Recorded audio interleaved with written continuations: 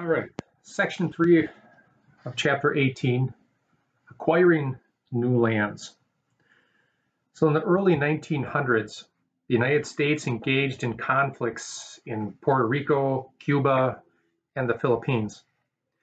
Each of these nations had a major impact on American foreign policy, but created a bigger political question back in the United States with regards to should the United States be an imperial nation? With Cuba, we will discuss the Teller and Platt amendments. Puerto Rico, that'll move Congress to pass the Foraker Act. And in the Philippines, they'll create an even greater discussion on Filipino independence or becoming an American territory.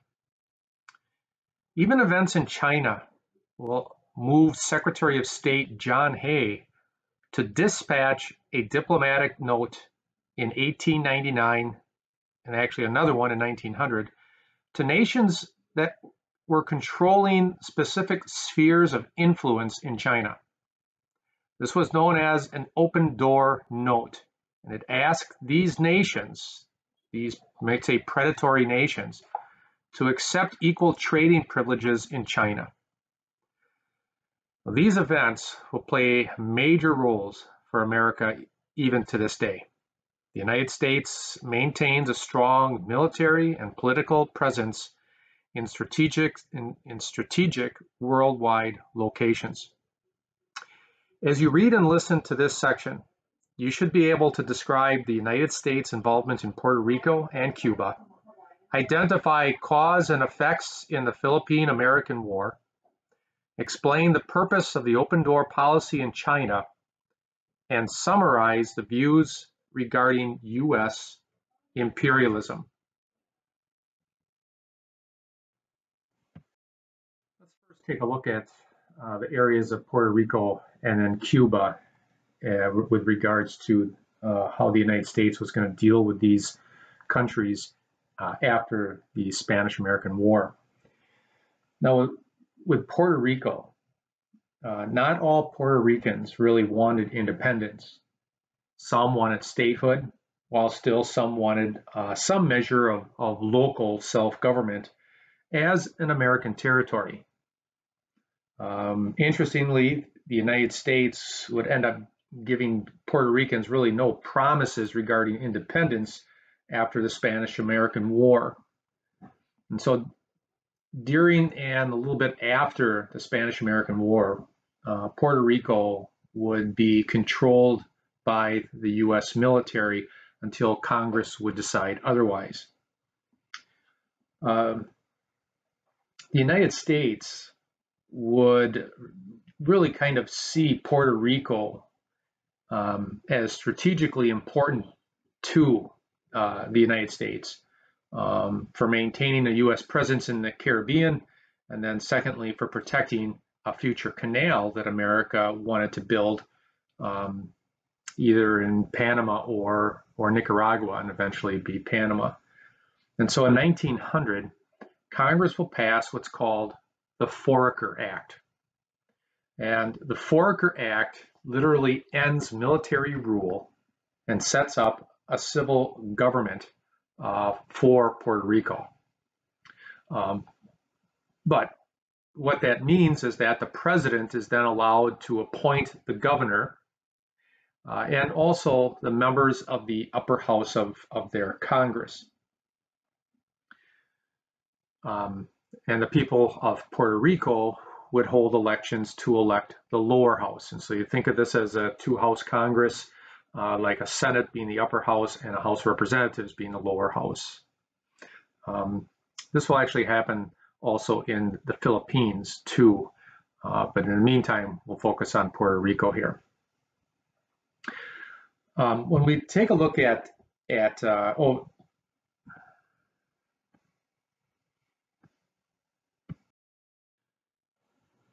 quickly going back to Puerto Rico, in 1901, the U.S. Supreme Court will pass a series of Supreme Court cases, and one in particular being the Insular cases, and this was really kind of dealing with, does the Constitution follow the flag to these territories that the United States now acquires? And in that, they ruled that the Constitution did not automatically apply to the people in these acquired territories. And so the question was, are Puerto Ricans citizens? Are they treated like citizens? And so what eventually happens is that the United States Congress will eventually grant Puerto Ricans citizenship, but not until like 1917. When the United States declared war against Spain in 1898, it recognized Cuba's independence from Spain. And that takes place when McKinley offers or wants Congress to declare war on Spain. Congress gives him that declaration, but it has a string attached to it. And that string is called the Teller Amendment. I know it's not on your notes here, but you need to know the Teller Amendment. And the Teller Amendment stated that the United States really had no intention of taking over any part of Cuba. And so, in short, the Teller Amendment basically was, if the United States, which was going to war with Spain, beats Spain, Cuba goes free. They get their independence. That was the Teller Amendment. What's the Platt Amendment? What does that state? Well, the Platt Amendment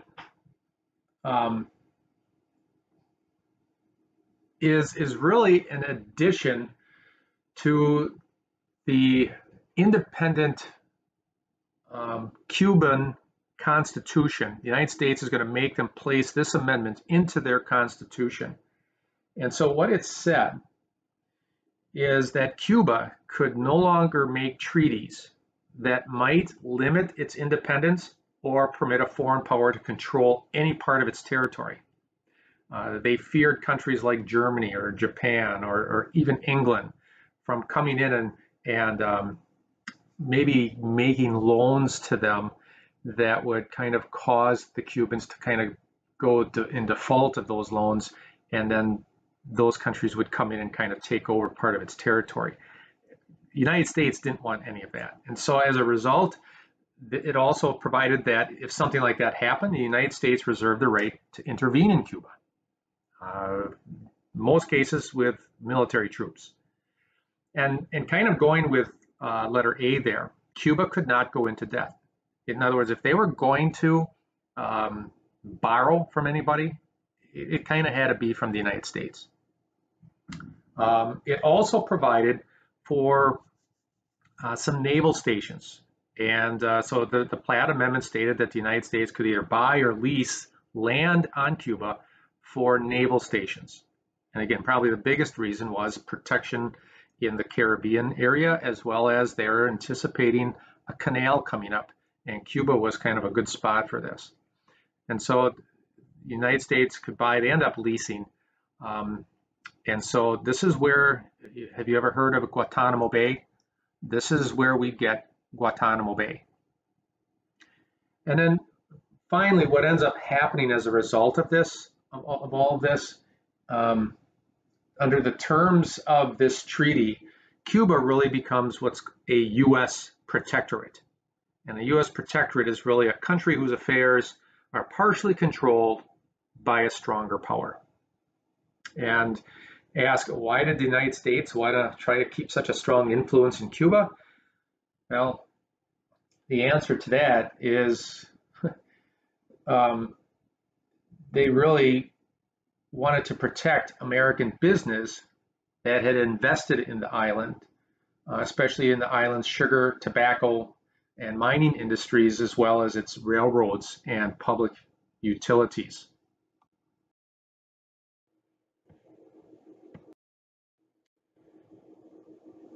In the Philippines, Filipinos kind of, and again, this is during and after the Spanish-American War, Filipinos are not real happy with the outcome of the Spanish-American War, specifically the Treaty of Paris. Because what ends up happening is that McKinley doesn't want to just make them independent simply because too many other countries out there, specifically Germany and probably Japan, probably would have quickly taken over the Philippines very quickly.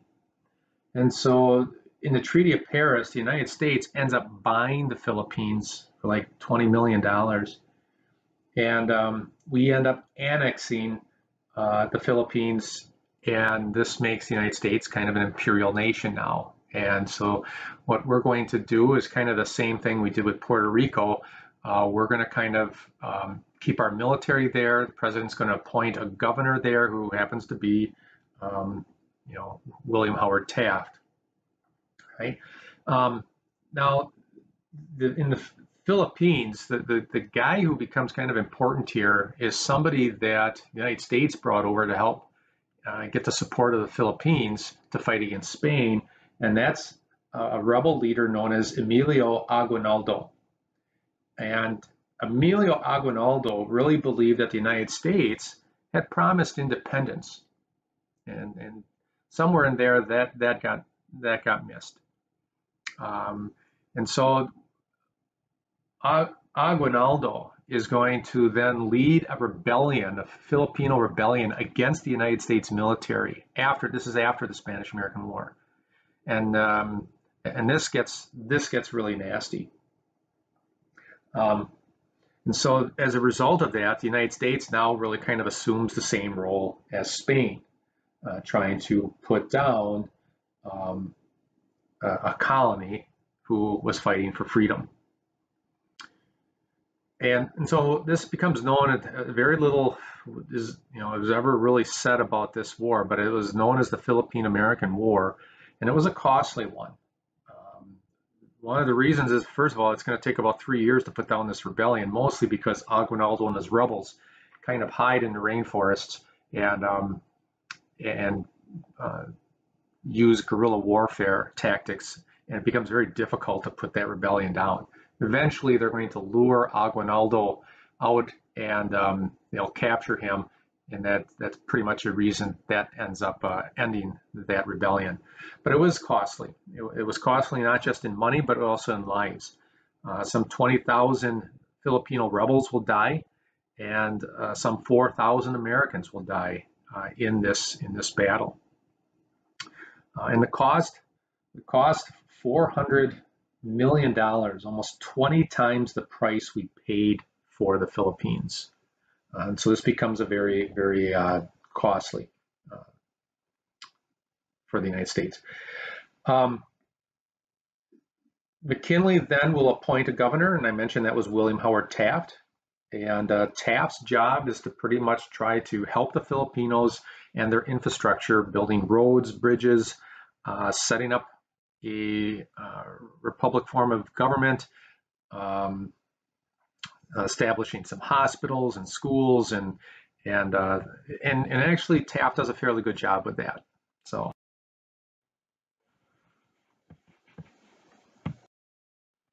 All right, foreign influence in China. U.S. imperialists saw the Philippines, which isn't that far from China, they saw the Philippines as a gateway to the rest of Asia, particularly to China. China was seen at this time now as a very large market for American products, and presented American investors with a lot of opportunities, including railroad building. But we look at why did Western powers seek to establish spheres of influence in China? China was at this time too falling under the control of various outside powers. In the 1890s, countries like Russia, Japan, Great Britain, France, and Germany had all established what were called, as is in number one, they established spheres of influence in China, meaning that they could dominate trade and investment within their own sphere, which was a particular port or a particular region of China. And as a result, they could shut out competitors like the United States. So what we look at the second question here, because it's going to lead us into that. What were the open door notes? Well, to prevent the United States from losing access to the lucrative China trade, Secretary of State John Hay is going to send a diplomatic note in 1899 to those nations who controlled spheres of influence in China, so to Russia, Japan, Great Britain, France, and Germany. All right. In this note, he's going to ask them to accept the concept of what's called an open door. That's why they're called the open door notes.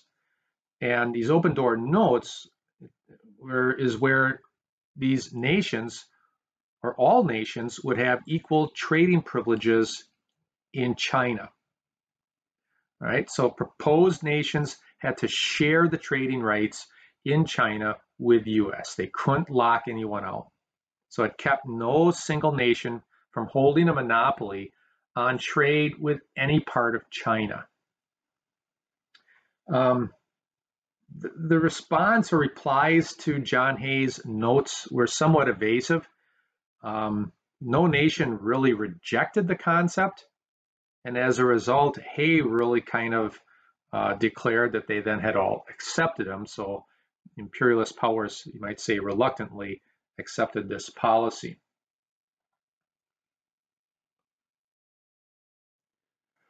But again, when you think of all these other nations that are now moving into China, this had some cause and consequence here with what becomes known as the Boxer Rebellion.